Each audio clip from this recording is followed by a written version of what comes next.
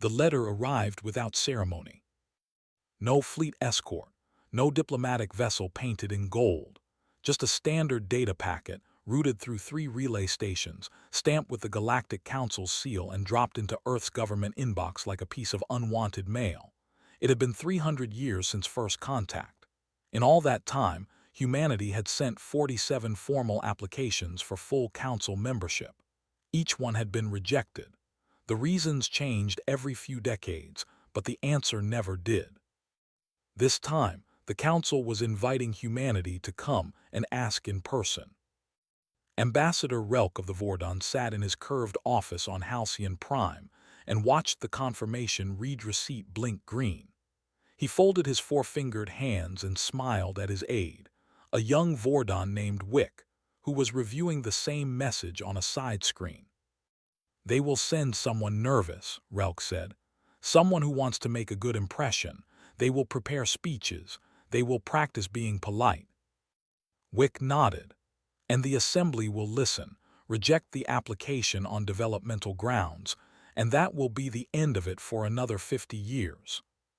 Precisely. What Relk did not know and what he had never bothered to find out was that Earth did not have nervous diplomats anymore. That particular personality type had been bred out of the diplomatic corps after the 22nd rejection, somewhere around the year 2180. The people Earth sent into space now were engineers first. They thought in systems. They thought in outcomes. They did not practice speeches. They ran simulations. The woman who read the council's invitation was not standing at a podium. She was in a shipyard, in a gray coverall, holding a datapad in one hand and a coolant wrench in the other. Her name was Dara Osai. She was 44 years old.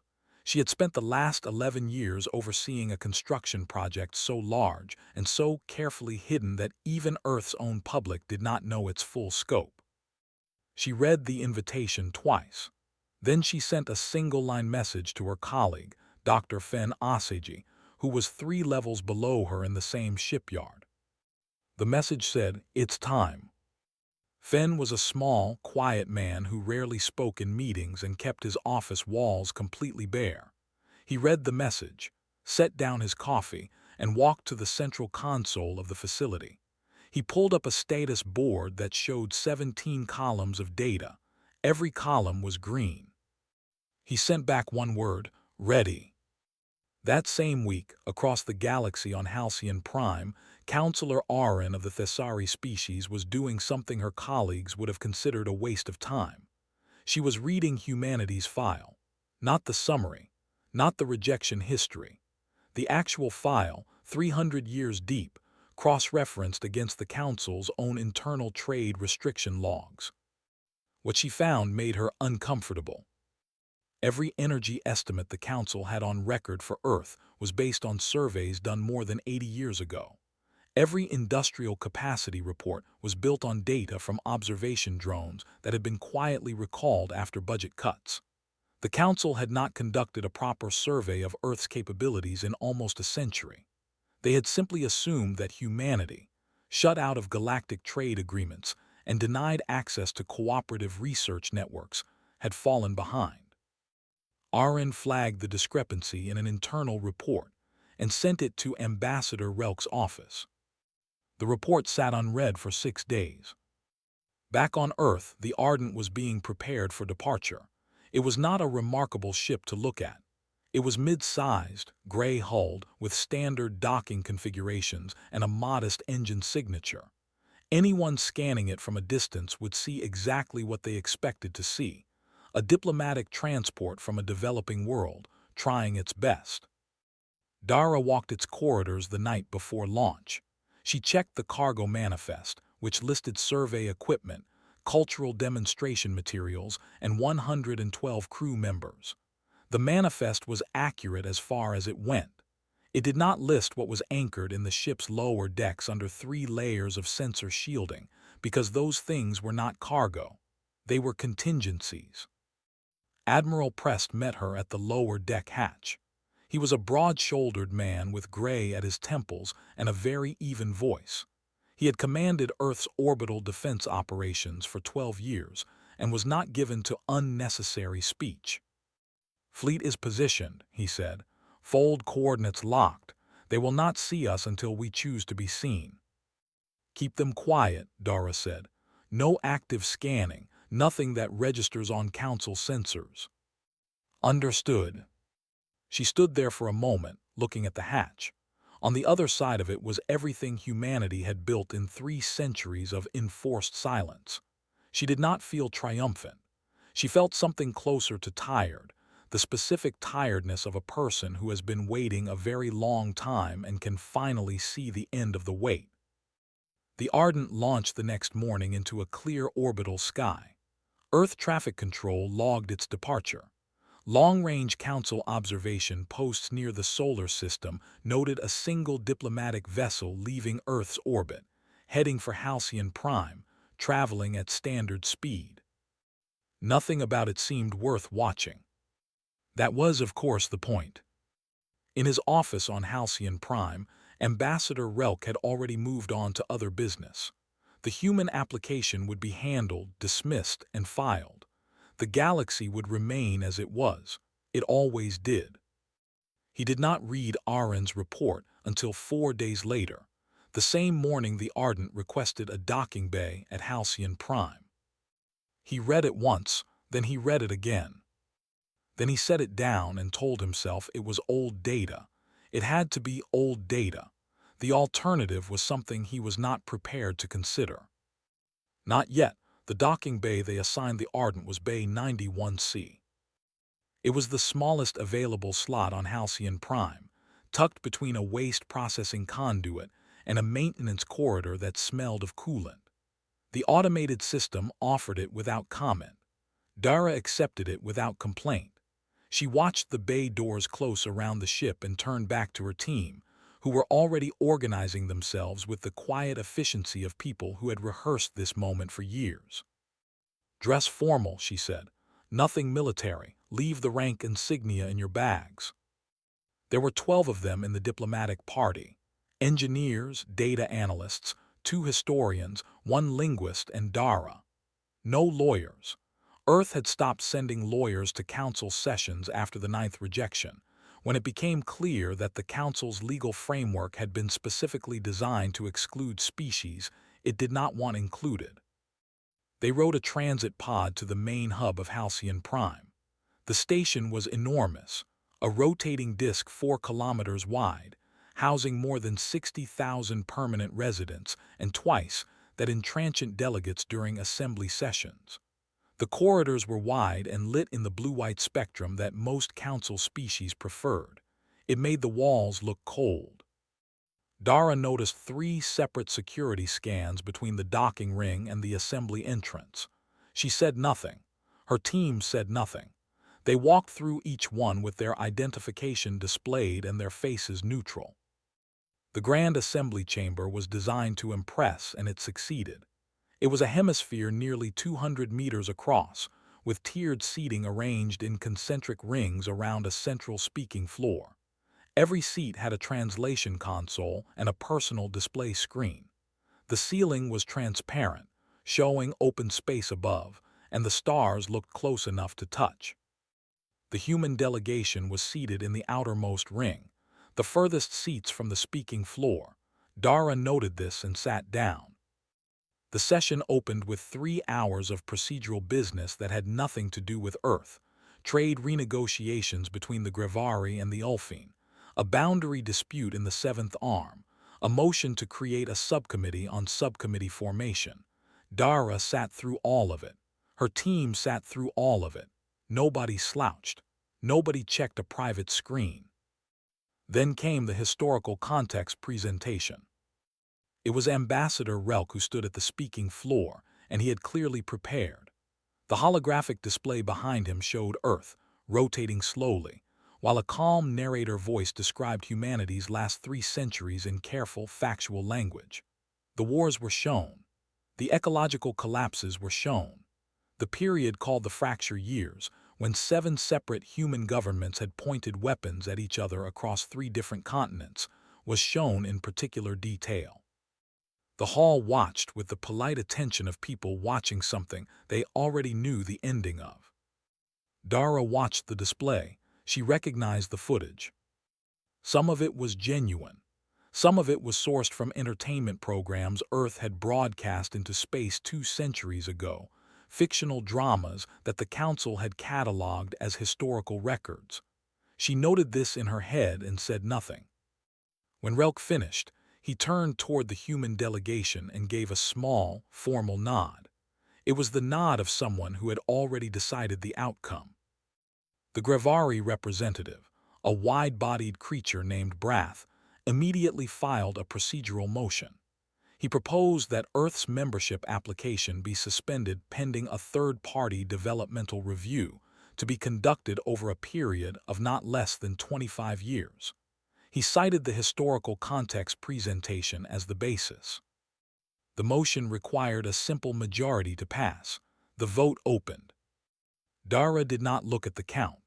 She looked at Counselor Aaron, who was sitting in the fourth ring, holding her stylus very still, staring at the vote screen with the expression of someone doing difficult arithmetic in their head. The count reached 50% in favor. Then it stopped. Aaron pressed her vote. Against. The motion failed by 1 vote. A quiet sound moved through the chamber, not quite a murmur, more like the collective intake of breath from 200 different respiratory systems. Relk's head turned toward Aaron with a slowness that was not casual. Aaron looked at her screen and not at him. High Arbiter San, ancient and still and wrapped in the formal gray of his position, called the chamber back to order. His voice had the quality of something that had been used to quiet large rooms for a very long time. "The floor is open," he said, to the representative of Earth. Dara stood. The chamber settled. She could feel the attention of 200 alien minds, most of them certain they already knew what she was going to say. She spoke for 20 seconds. She said that Earth was grateful for the time. She said that humanity had prepared something for the assembly, not an argument, not a speech, but a demonstration. She said that words had been tried for 300 years, and she saw no reason to add more of them today. Then she asked, politely but without any particular softness, whether the assembly would be willing to move to the outer observation deck. The chamber did not know what to do with this. Relk leaned to his aide and said quietly that it was a stunt, that there was nothing a species at Earth's level could show the galaxy that would change a single vote. His aide agreed. High Arbiter San looked at Dara for a long moment, then at the chamber, then back at Dara. Something in her stillness made him pause. "The assembly will recess to the outer observation deck," he said. 200 beings stood and moved toward the corridor. Some were curious. Most were indifferent. A few were already composing their rejection speeches. None of them were prepared. Dara sent one encrypted pulse to the Ardent as she walked. It contained 2 characters. Go. The outer observation deck of Halcyon Prime was designed for scenic viewing. It wrapped the upper edge of the station like a glass collar, 300 meters of transparent steel curving outward over open space. On clear days, which in space meant every day, you could see the gas giant the station orbited, its slow orange rings turning in the distance. It was a beautiful view. Delegates used it for private conversations and informal diplomacy. Nobody had ever used it for a weapons demonstration, though some of the older council members were beginning to suspect that was what this was. 212 beings arranged themselves along the railing. Dara stood at the far left end, near the section closest to the docking ring where the Ardent was parked. Her team stood behind her. None of them were looking at the gas giant. Ambassador Relk positioned himself near the center of the deck, where he had a full view of the bay in which the human ship sat. He had already decided that whatever was about to happen, it would be small. A light show, maybe. Some kind of display meant to imply things the humans did not actually have. For 40 seconds, nothing happened. Then the Ardent moved. Not toward the station. Away from it slowly at first, clearing the docking ring, moving out into clean space. Its engine signature was normal. Its speed was normal. Several of the alien engineers on the deck watched it with mild interest and then looked back toward open space, waiting for whatever the demonstration was supposed to be. The Ardent stopped at 300 kilometers out. Then the sky changed. There was no sound in space, but the human observers on the deck knew the exact moment it happened because Dara closed her eyes briefly, the way a person does when they hear a piece of music they have been waiting years to hear again. 17 vessels dropped into real space simultaneously. Not one at a time, not in sequence. All 17 at once at exact intervals around the station, as though they had been placed by a careful hand. Each one was large. Not large in the way that a cargo freighter is large. Large in the way that a city block is large if you were standing at street level. They were angular and dark-hulled with no visible engine arrays, no glowing nacelles, no exhaust ports. They simply appeared and then stayed exactly where they were, motionless, without any visible effort to maintain position. The observation deck went silent in a way that had nothing to do with space. One of the Grevari engineers, a specialist in propulsion systems named Orath, gripped the railing hard enough that the synthetic material creaked. He had spent 40 years studying fold space entry signatures. What he had just seen was not possible. A single ship entering fold space left a detectable energy bloom that lasted several seconds. 17 ships entering simultaneously would have produced a bloom visible from 6 star systems away. There had been no bloom. There had been nothing. They simply were not there, and then they were. "That is not fold space," he said to nobody in particular. Nobody answered him. The second phase began without announcement. The 17 ships moved. This was the part that broke something in Aaron. She was not an engineer. She was a diplomat and a political historian, and she understood ships the way anyone understands things they have studied but never built. She knew what a ship moving in space was supposed to look like. She knew about thrust vectors and inertia and the basic physical reality that large objects required force and time to change direction. The human ships did not change direction. They repositioned, all 17, into a new formation, and the repositioning took the same amount of time it would have taken someone to rearrange pieces on a game board with their hand. There was no acceleration curve, no drift. They moved and then they were in the new position, as though the space between the 2 points had simply agreed to be smaller. Counselor Arin turned and looked at Dara. Dara was looking out at the ships. Her expression was steady. She had seen this before. She had watched this specific test from this specific angle 11 times in the last 3 years. The third phase was the one that made High Arbiter San step back from the railing. The lead vessel, the largest of the 17, activated something. There was no visible change in the ship itself, but every sensor on Halcyon Prime registered a power output that their systems immediately flagged as a reading error because the numbers were not physically reasonable. The station's chief technical officer, sitting in the monitoring room, ran a manual recheck of the sensors. The sensors were fine. The reading was correct. The power output was equivalent to 44 combined fleets. It held for 60 seconds, clean and controlled, and then it cut off completely. No fade, no wind down, off. Then, on every screen on Halcyon Prime, the same message appeared in all 61 registered languages simultaneously, slipping past the station's encryption systems without triggering a single alarm. It said, "We have been patient, we remain patient, but we are no longer what you assumed." The observation deck was silent for a long time after that. Relk turned to look at Dara. She was already looking at him. She was not smiling. She was not angry. She had the steady, unhurried expression of someone who had finished a job they had been working on for a very long time and simply needed it to be acknowledged. Relk looked back at the 17 dark ships, motionless in the void. For the first time in 40 years of council politics, he had nothing to say. The emergency session convened without the human delegation. This was not unusual. The Council had held hundreds of closed sessions in its 4,000-year history. Typically, when something needed to be decided before it became public knowledge, what was unusual was the noise. Council sessions were governed by procedure. Procedure meant order, and order meant no one raised their voice above a formal register. Within 6 minutes of the session opening, 3 members were talking at the same time. Relk let them go for a while. He sat at the head of the crescent table and watched his colleagues argue and calculated.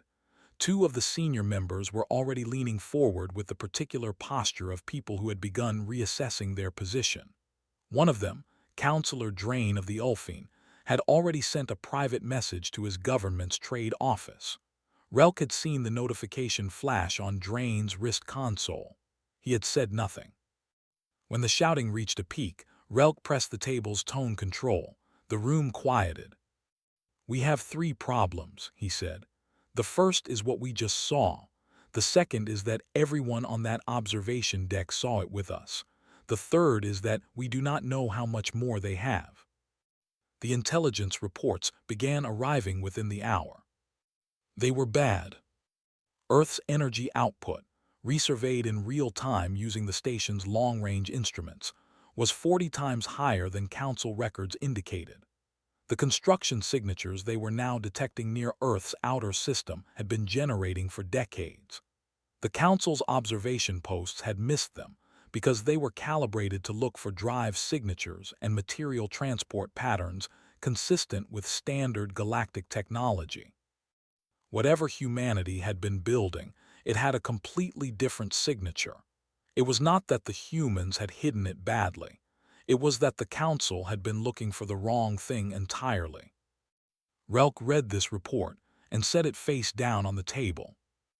Meanwhile, in a small meeting room 2 levels below the assembly chamber, Counselor Arin sat across from Dara Osai.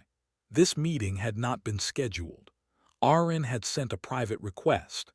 Dara had agreed to it in the same tone she agreed to everything, which was to say, without surprise. They had tea. Arin had brought it herself. It was a Thessari blend, very pale with a faint mineral taste. Dara drank it without comment. "I need to ask you something directly," Arin said. "Go ahead. Did you always have this, or did we make you build it?" Dara looked at her tea for a moment. Then she said, "Both." Arin thought about that. The Council denied every cooperative research request Earth submitted for 160 years. We denied access to the shared materials network. We put trade restrictions on any species that sold advanced propulsion components to your markets. Yes. We thought we were limiting your development. Dara looked up. "You were for a while." She set down the cup. "And then we stopped waiting for permission." Arin was quiet for a long moment. Outside the small room, through the corridor walls, she could hear the faint hum of the station's systems. Somewhere above them, 200 council members were trying to find a way to undo what they had seen. She already knew they could not. "What do you actually want?" Arin asked. "Not the official answer. What does Earth actually want from this?" Dara thought about the question as though it were not a simple one. "The same thing we asked for in the first application in 2214, access to cooperative research, equal standing in trade negotiations, protection under the Galactic Compact, a vote." She paused. "We don't want to run anything. We are not interested in replacing the Council with something human-shaped. We want a seat at the table that our species actually earns." Back upstairs, Relk was learning that things were moving faster than he had planned. The Grevari delegation had formally requested a private meeting with the human team. The Drain faction had gone quiet in the session, which meant they were having conversations outside it. 2 smaller species, the Velhari and the An, had submitted a joint proposal to the Arbiter's office requesting a special session on membership reform. His aide Wick brought him each update on a physical card, an old habit. Electronic messages left records. Relk read the cards one by one and lined them up on his desk. He had built his position on the council over 30 years through alliances and procedural knowledge, and the skill of making people feel that the current arrangement was simply the natural order, too old and stable to question. He was very good at this. What he had not planned for was the natural order being wrong. Not morally wrong. He meant wrong in the technical sense, like a structural calculation built on a false load estimate. Every alliance he had built rested on the assumption that humanity was manageable. That assumption was now false, and everything built on top of it was sitting on open air. He lined up the last card on his desk and looked at the row of them. Then he did something he had not done in 30 years of council politics. He sat still and said nothing and simply thought. Admiral Prest, aboard the lead vessel of the human fleet, reported to Dara that evening by secure line. All 17 ships were holding position. No council military vessel had come within 200 kilometers. They had been scanned 14 times in the past 4 hours. Passive scans only, Prest said. They are looking, they are not moving. Keep the fleet still, Dara said. Do not power down anything, do not acknowledge the scans. Understood, a pause, they're scared. I know, she said. That's not what we want, give it time. Nobody told the delegates to fill every seat. They did it on their own. Word had spread through Halcyon Prime the way things spread in closed political environments, through aides, through corridor conversations, through the specific body language of people who had seen something they could not explain and needed to be in the room when it was explained. By the time High Arbiter San called the Grand Assembly back to order, every seat in the chamber was occupied. There were beings standing along the back wall. San looked at the room.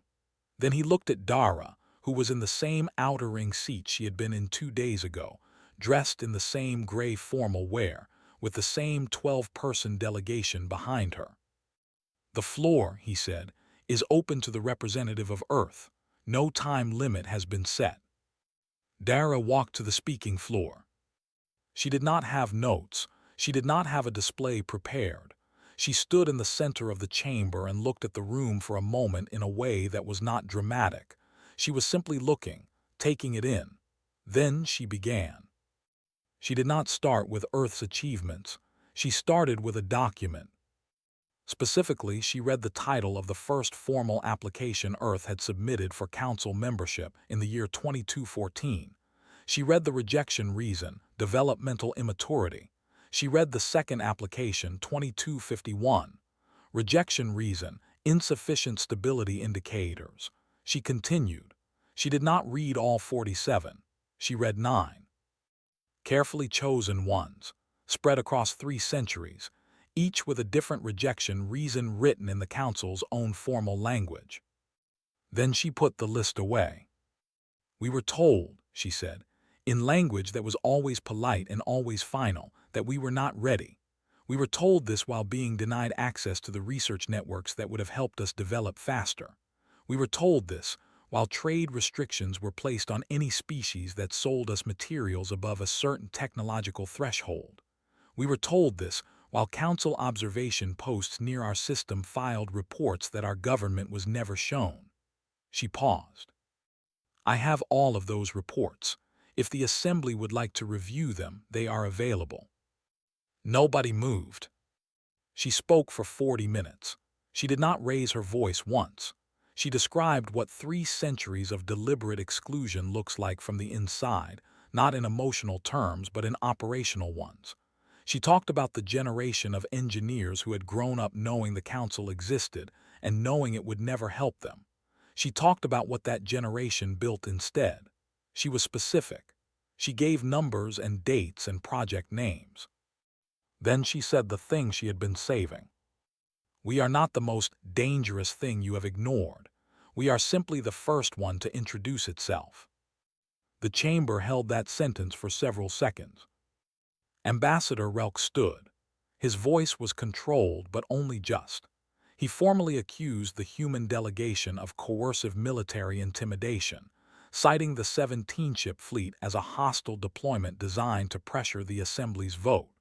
He called for an immediate motion to remove the human delegation from the station and suspend the application. Dara waited for him to finish.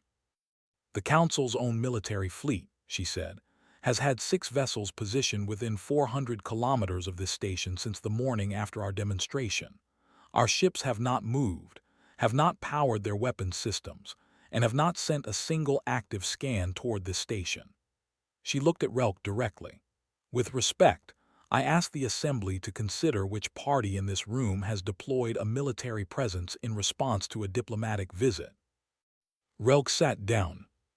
San watched this exchange with the careful stillness of a very old being who had learned to read rooms accurately. He had been High Arbiter for 51 years. He had seen political theater and genuine crisis, and everything between them.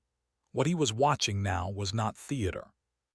Dr. Fen Oseji, from the Ardent's communications deck, transmitted a secondary data packet to every terminal in the assembly hall. It contained complete technical schematics for humanity's atmospheric water reclamation system, a technology Earth had developed 30 years ago when the Council's trade restrictions had cut off access to the standard imported filtration components that 3 continents depended on. The humans had solved the problem themselves. The solution was elegant and cheap and required no rare materials. 6 of the species currently represented in the assembly were dealing with planetary water shortages. The data was free. One of the delegates opened the file, read 3 pages, and put both hands over her face. Relk looked at the packet notification on his screen and did not open it. 4 council members formally announced they were changing their votes to support immediate membership. Then 2 more. Then one who had never publicly opposed it but had always voted with Relk's bloc, and who now looked at Relk with an expression that was not hostile but was finished. San let the room settle, then he called the vote. Relk looked at the count and felt something he recognized from a very long time ago, from the first council session he had ever attended, before he had learned how to shape outcomes. He felt like someone watching a thing happen that he had no part in causing and no power to stop. The count moved steadily in one direction. It did not stop. The final count was 187 in favor, 14 opposed, 6 abstentions. San read it aloud from the arbiter's podium in a voice that had no particular color in it. He was not celebrating. He was not mourning. He was doing his job, which was to record what happened and make it official. After he read the numbers, he said Earth was now a full member of the Galactic Council, with voting rights, equal standing under the compact, and all associated protections effective immediately. Then he closed the session. The chamber did not erupt. There was no cheering from the alien gallery. What happened was more like a slow release of pressure, a sound like a very large room exhaling. Representatives turned to each other and began talking in their own languages, and the noise of it built gradually into something that was less celebration than recalibration. Dara stood at her seat in the outer ring for a moment. Then she sat back down, pulled out her datapad, and began writing a message to Earth's government. Relk was gone before the session formally ended. His aide Wick watched him leave from the corridor entrance and did not follow. There was nothing to follow to. Relk's resignation reached the arbiter's office 12 minutes later. It was 6 sentences long and contained no explanation. He had always believed that a politician who needed to explain a resignation had already made a second mistake. He did not pass through the observation deck on the way to his transport. Councillor Arin found Fen Oseji in the Ardent's open engineering bay that afternoon. He had invited several alien engineers aboard for a technical tour, which had not been announced and had no official status. It had simply happened, the way things happen when curious people are in proximity to things they do not understand. The bay was crowded with beings of 4 different species, all of them looking at components that none of their civilizations had designed, asking questions that Fen answered patiently, one at a time, in plain language. Arin stood at the entrance for a while before he noticed her. "You built all of this because you had to," she said when he walked over. It was not quite a question. "We built some of it because we had to," Finn said. "The water systems, the reclamation tech, the early drive work. We had problems that needed solving and nothing to buy." He looked back at the bay.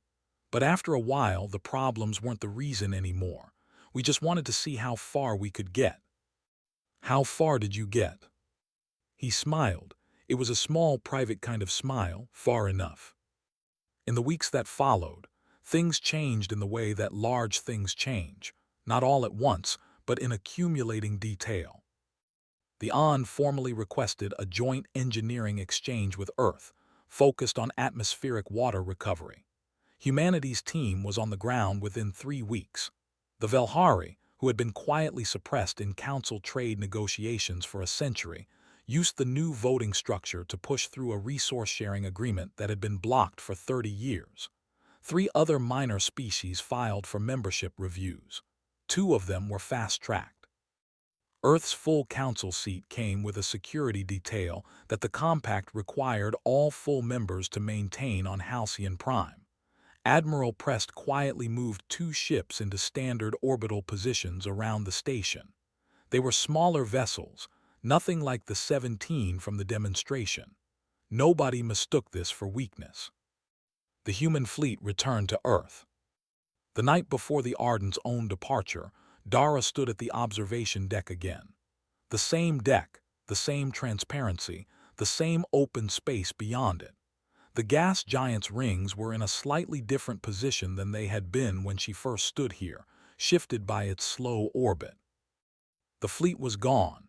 The council chamber below was quiet. The political work would take years, maybe decades. There would be blocks and setbacks and the specific frustration of watching things that should be simple become complicated. She knew this. She had studied the council long enough to have no illusions about how slowly institutions changed, even after the moment that forced them to. But the moment it happened, that part was done.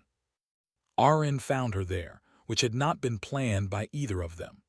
They stood for a while without talking, which was comfortable in the specific way that silence is comfortable between 2 people who have recently been honest with each other. "Does it feel like what you expected?" Arin asked. Dara thought about it genuinely. "It feels like the end of one problem and the beginning of 20 more." Arin made a sound that in Thessari indicated something between acknowledgement and amusement. "That is what governance feels like." "Yes," Dara said, "I've been told." She stayed at the window until the lights on the station's exterior shifted to their night cycle, the slow dimming that told residents it was time to sleep. Then she went inside. The Ardent would depart at first light, as much as light had meaning out here. There was already a full inbox waiting. She got to work.